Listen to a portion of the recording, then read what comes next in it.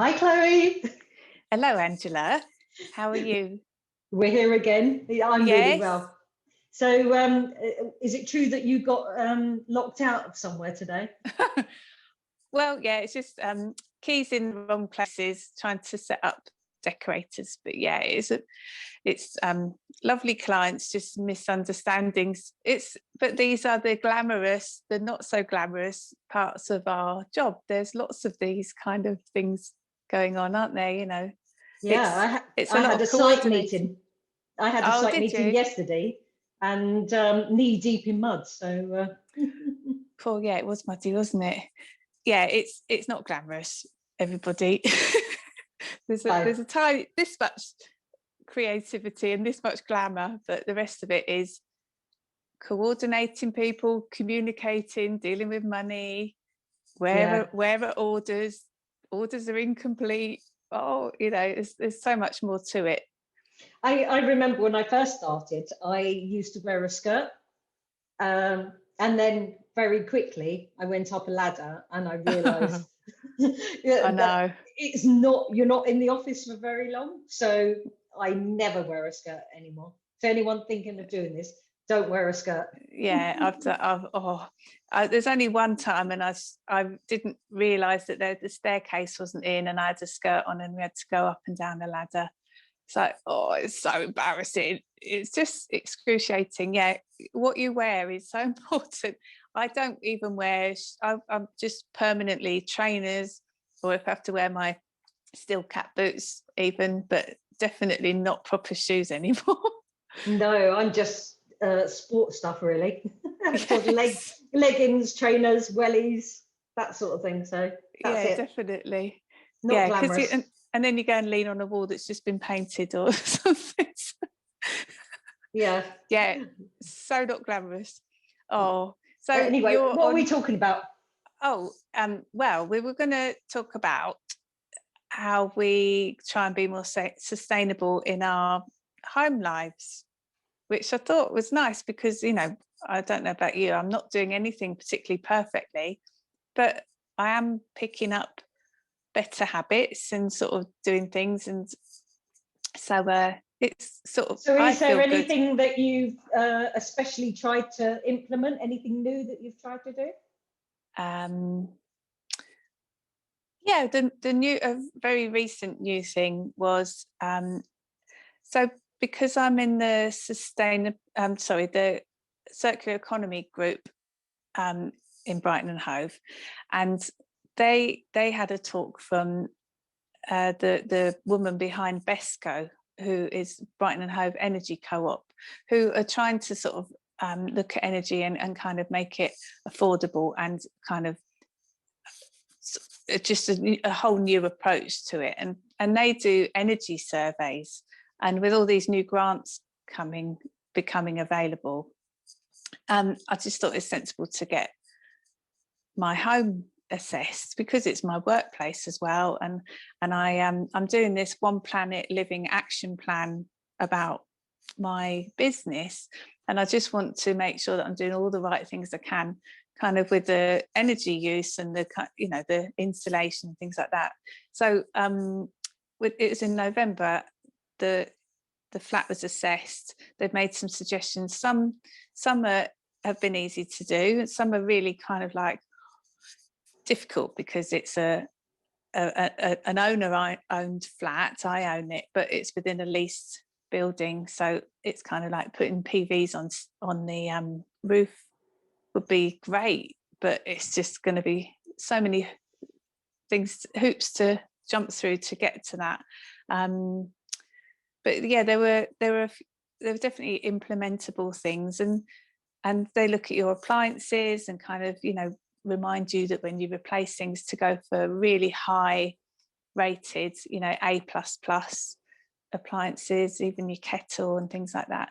So it's quite a good exercise actually. It was Cool. This is going to be the question for the future, and this is what I'm learning doing architecture and things. Is it's going to be really hard to start to retrofit all of these gas boilers. Yeah. It's great for air source heat pumps, ground source heat pumps, and things like that for new builds. However, for if your house is already up and running, these aren't easy things. Also, ground source heat pumps over a certain capacity, you need planning permission. So all of these things aren't easy for people to do. Hopefully that'll become easier. So is that because the size of them? What makes them a planning The issue? size of the machine, where it has to be located, it's always outside. It's like you know, solar panels and things. So again, it's the same sort of thing. You can get an air source heat pump and a ground source up to a certain capacity. I don't actually know what that is. I'm not an energy advisor, but it's worth looking into. But after a certain capacity, you need to get planning. Oh, yeah, it's a shame. We want as few things to impede these kind of positive changes. I think a lot of people will be in my situation with, you know, being in a flat. You know, it's you can't influence a lot of the things that would make the home more energy efficient. Even, I mean, there's sort of pluses and minuses. So these were built when gas was definitely a no-no in the late 80s, and so they're purely electric, which is great because obviously people are trying to take gas out of their homes now. But we've got things like storage heaters, and storage heaters don't work with the smart meters that come from the electricity suppliers. So there's always something, isn't there? So I suppose the things we can do, we can insulate properly. So we can have thicker curtains and blinds, have those interlined. That's a quick, cheap fix. Wear a jumper. Yeah. But you know, we want to be comfortable and a nice temperature as well. We can, look at natural fibres in our insulation. That's a really important one. Hemp, lambs, you know, wool and things like that is really quite cost effective in insulation now. But again, to retrofit these things isn't easy. So I would start to look at simple things like my soft furnishings and bringing in, you know, really thick quilted curtains and blinds. And rugs. And rugs and carpets, but then you get the dust mites and things like that. Yeah, it's difficult because obviously there's a big aesthetic to all of that as well. I mean, you know, when you live somewhere small, I don't know if I've said this on here before, but the flat is 37 square meters. It's right. It's okay, small. so it's a proper exercise in Japanese living. Yeah, but it works. You know, I've just got the right combination of things, and it just works. But I don't really want to crowd my windows with whopping great curtains. You know, I want to encourage lots of daylight because that's something that we are trying to encourage people to optimize. You know, and I kind of want to cut down on the visual clutter. So I don't really want massive rugs, and you know, I've got lovely wide planks that go all the way through the flat, and it's, you know, there's no joins in thresholds and things like that, so it kind of helps to make the rooms feel larger.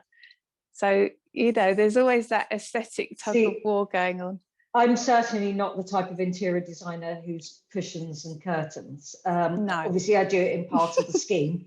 However, biophilic design means like basically connecting to nature, bringing that indoors. So if you do need thicker curtains and blinds, I always use the stack above the windows. So one, it makes your windows look higher, so stack the blinds above it, the Roman blinds or something. Yeah. Always stack your curtains away from the windows, because also the sun will bleach the lining or the lead-in bit of fabric.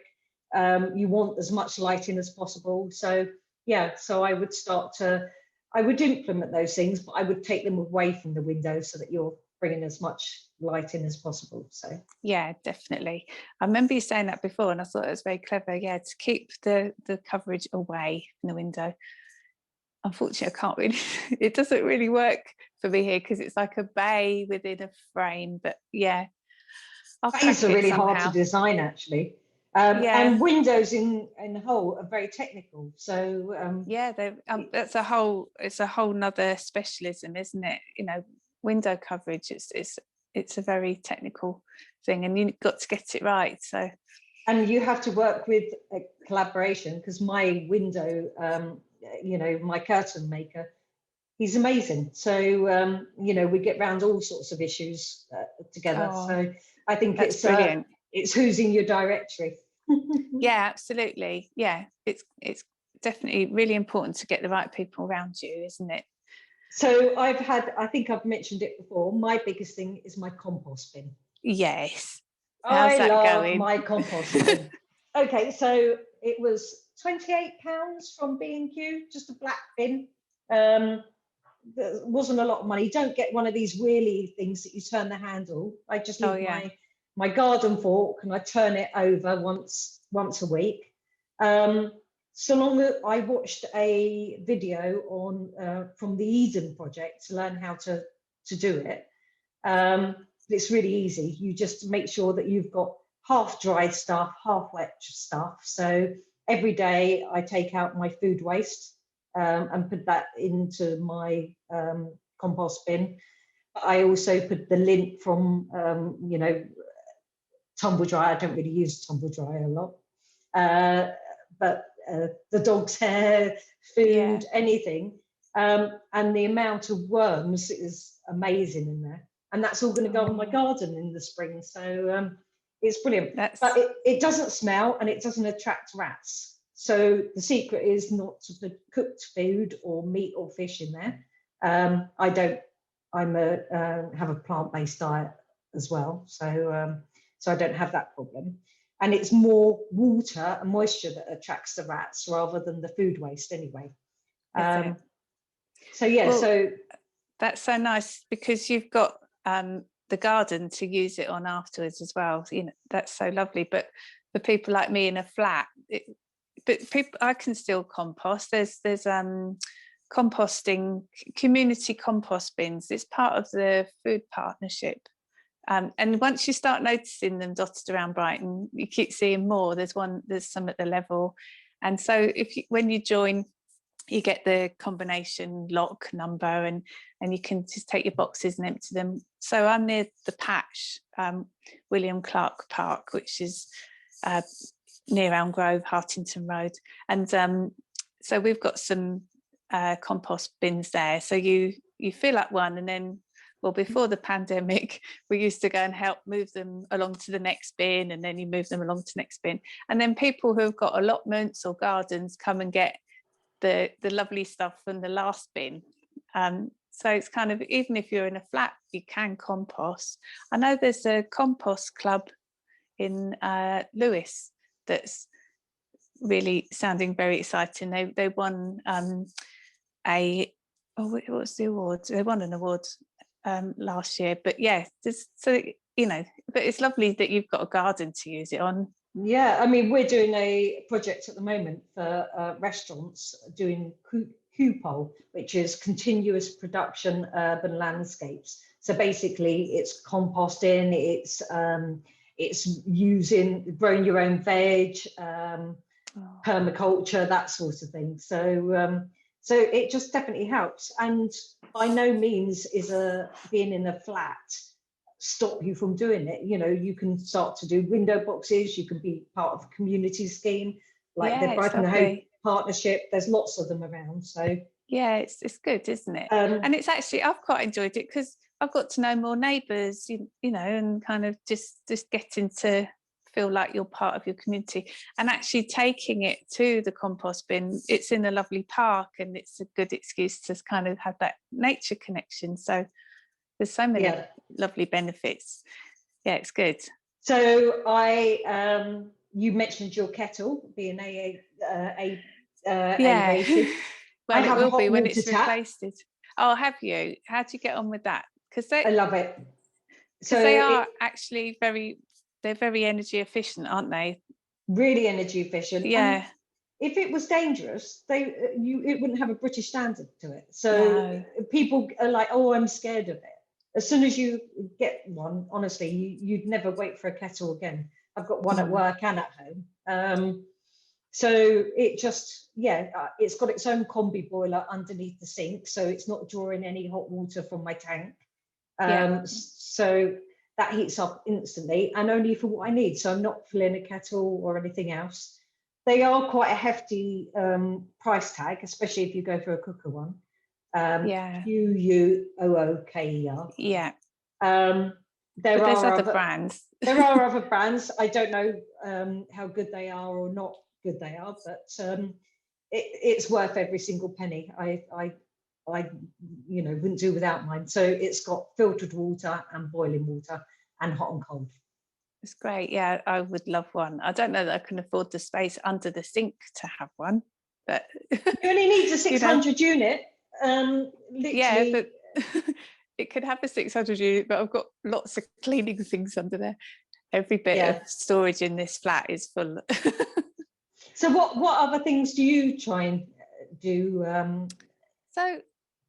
Well, I mean, obviously eating more plants, or even better, obviously, to have a plant-based diet is a hugely beneficial thing to do. I mean, and I feel so much better for being vegan. But even if people can just replace a meal a day or a meal a week, it takes the pressure off. I mean, the high land use, the water use, methane, and actually the food that's available, and it's so much better than it used to be. It's completely. Do you like cooking? Not really. But I want to cook.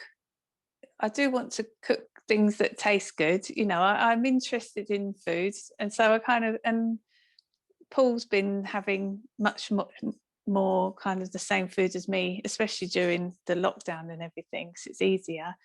So I want to make sure that he's having interesting food. I think if it was just me, I could not eat such interesting foods on my, because I don't make the effort. But yeah, we're having these odd box deliveries. I really like having a fruit and veg box delivery. I mean, these ones are great because it's all sort of waste fruit and veg that would, there's either sort of marked skins, or there's it's lots of it. You kind of get a list every week and it tells you why it's become a surplus, and it's all often surplus production, or there's undersized, oversized, wrong color, knobbly. And it's kind of like, but it's fine once you chop it up and use it. It's lovely, and most of it looks really good.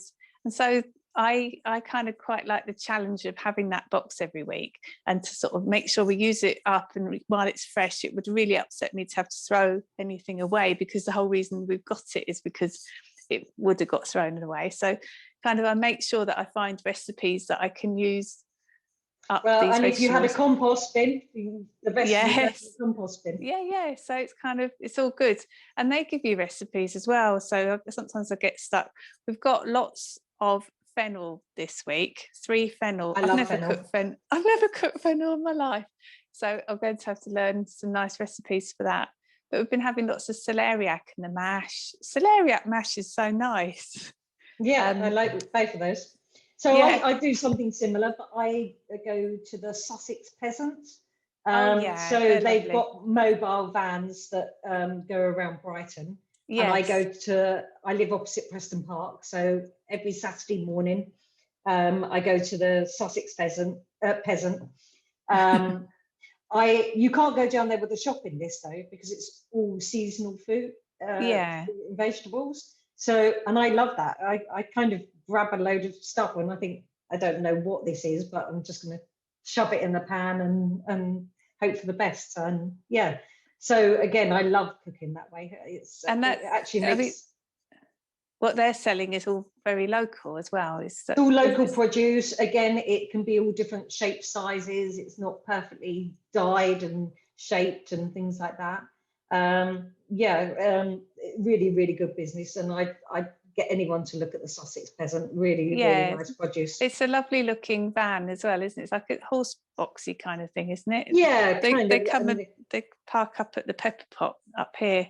Yeah, they as part do of the- different days of the week. What day do they do the pepper pot? I think I've seen it there on a Saturday, so it doesn't sound quite right. Maybe it's Sunday, but yeah, it's on the weekend. My friends produce charcoal and biochar, and they sell their charcoal and biochar, and that's all made in Sussex. And kind of it's got all the carbon locked into it, and it's all great stuff, and it's really good. The biochar is great for putting onto gardens to encourage things to grow better as well. But they sell all of their things. Spanglewood, and also coffee, ground coffee. When you finish with that on your garden, so the plants love that as well, which is good. The only thing that upsets me is blooming tea bags have got plastic in them, haven't they? Most of them.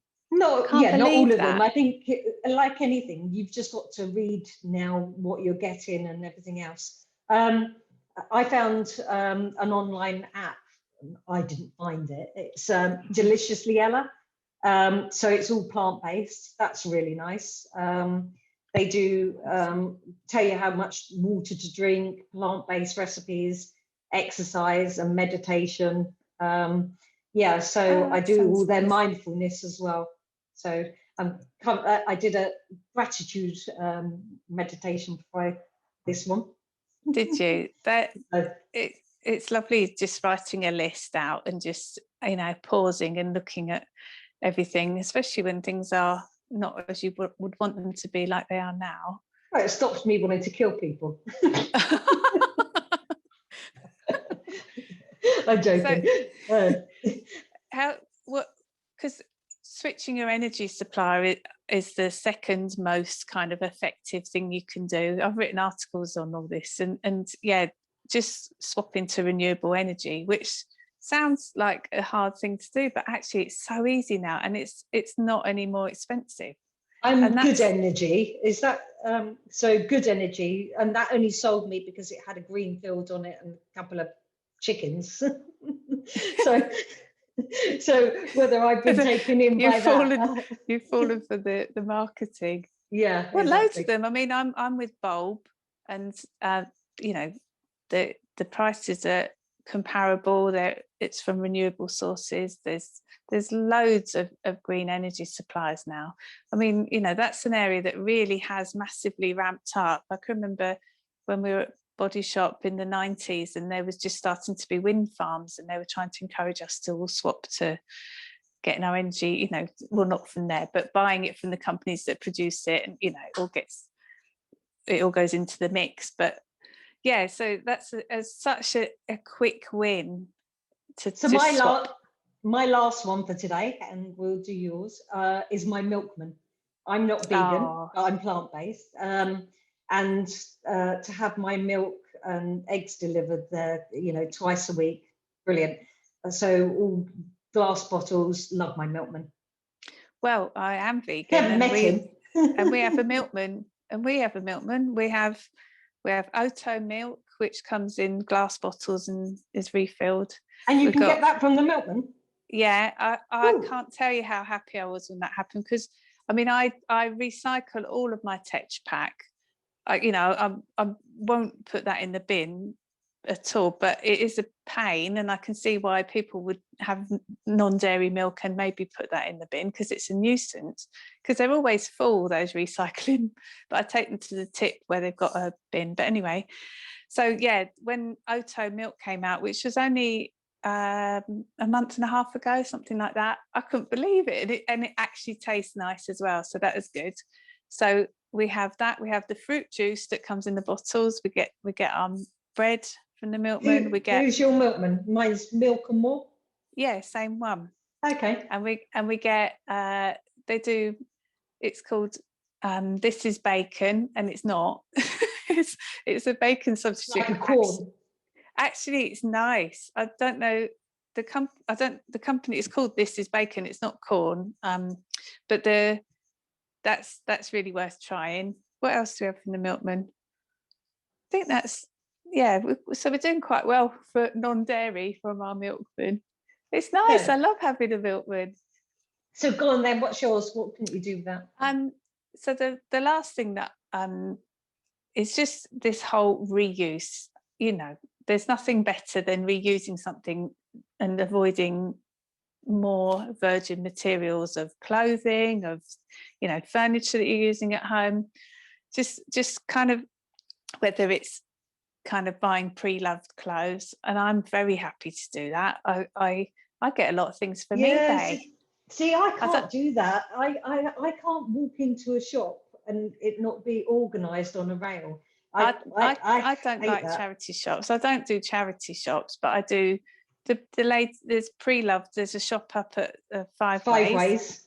Vanessa, brilliant. She's got gorgeous stuff. She sell things for you. You can buy stuff. But I do. I set up searches on eBay. So like, if I like clothes from Whistles, so I put in my size Whistles and then save it as a search. And then every day you get this summary of all these things that have been put on eBay that day. So, you know, pre-loved. And the amount of things, you know, you're spending 10, 20 quid on that people have spent 120 quid on and worn it once or not at all. Often things have got labels on, you know, and it's all really clean. And once everything's been through the washing machine, it could have been from a shop or from eBay. It doesn't make any difference. It's not where it's from for me. I just can't shop like that. It has to be a bit more organised. I can't get on with charity shops. Yeah, that's why the search facility of eBay suits me better. The thought of going in a charity shop, I'm just like, all those colours, it's all untidy. You know, like things aren't very organised. Like TK Maxx. Oh, I have to go past that. It just literally, the lights and just horrible. Too much. Yeah, I'm not mad on shops. I like shops that have got personalities connected to them. So I like Harriet's of Hove, which is a zero waste, plastic free pantry. So I go there to get our refillable things, but you get to know the people behind these places, and especially now supporting little businesses is, you really do feel like you're so I use the grain store up at the Five Ways. Have you been there? Yes, so it's great. You take your Tupperware container or your jar and fill it up with rice.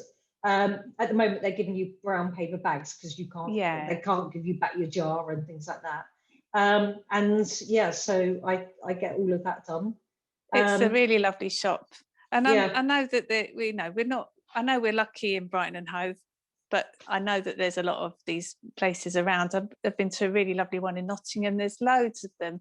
Yeah, and it's just nice because you get to know the people. And actually, a lot of the things are very, very similar prices to supermarkets, and you haven't got all that horrible plastic.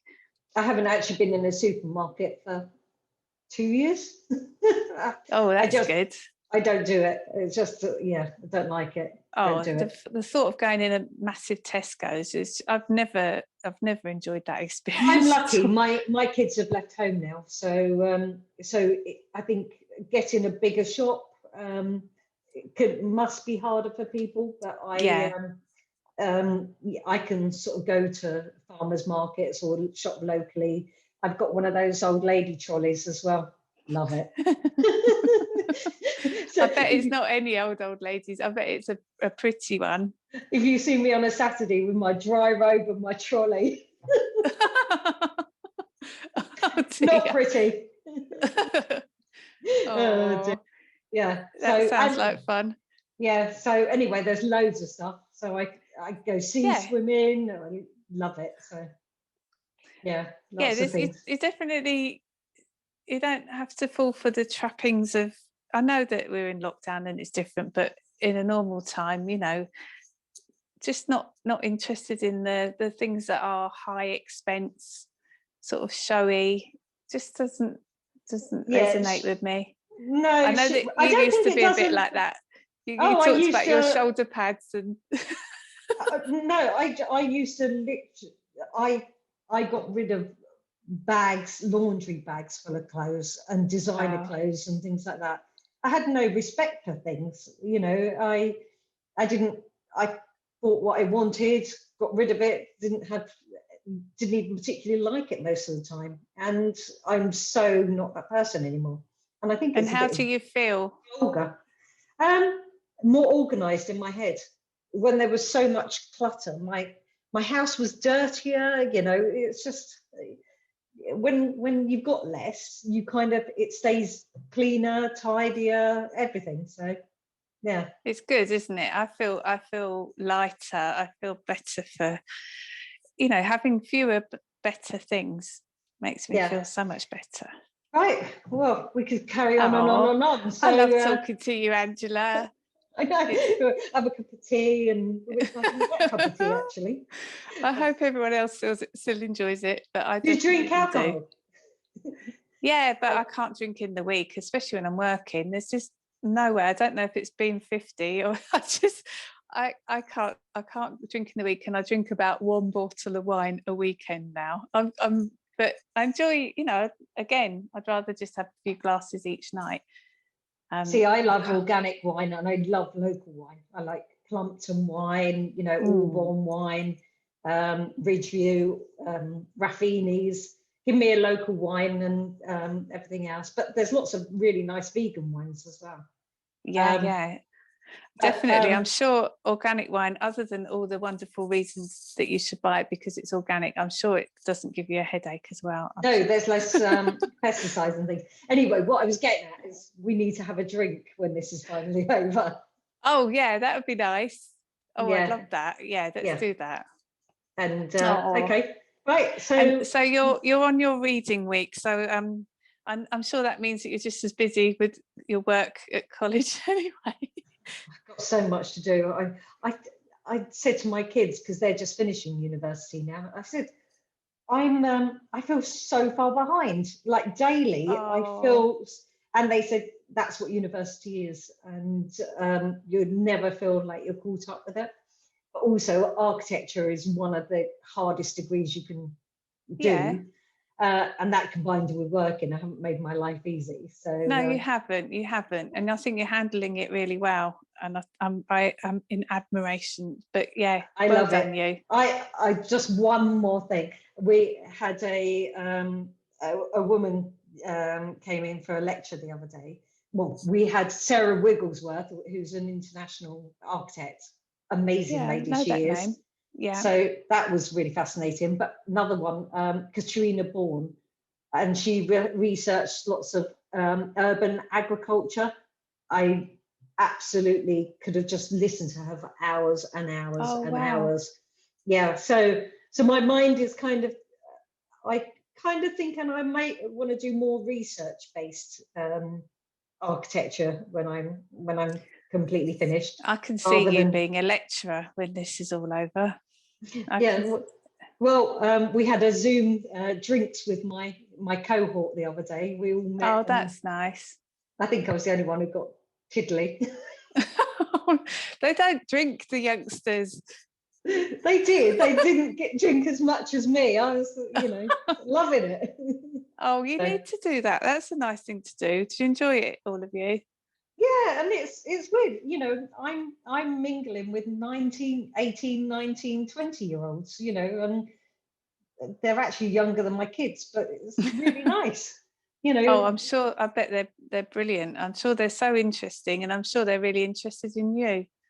Well, yeah, I think so. I think mutually, it's I think it's important that people don't know the difference between women in architecture and design, because it's really hard, and this is why I'm doing it as well. It's predominantly a white male environment architecture, but it's slowly changing. And also ageism. I think, I didn't have the opportunity to go to university. I did my HND any sooner than this. So the fact that my kids have now finished and I'm starting is brilliant. It's my time. So it's wonderful. Oh, well done. Anyway, chat. I could talk to you for hours, but yeah, good. And we'll enjoy getting your college work done then, uni work, and yeah. Shall we do this again in a fortnight? Yeah. About what we're going to talk about. Yes, we'll have a think about it. Okay. Take care, Angela. It's lovely to see you. Yeah. Bye, Chloe. Bye. See you.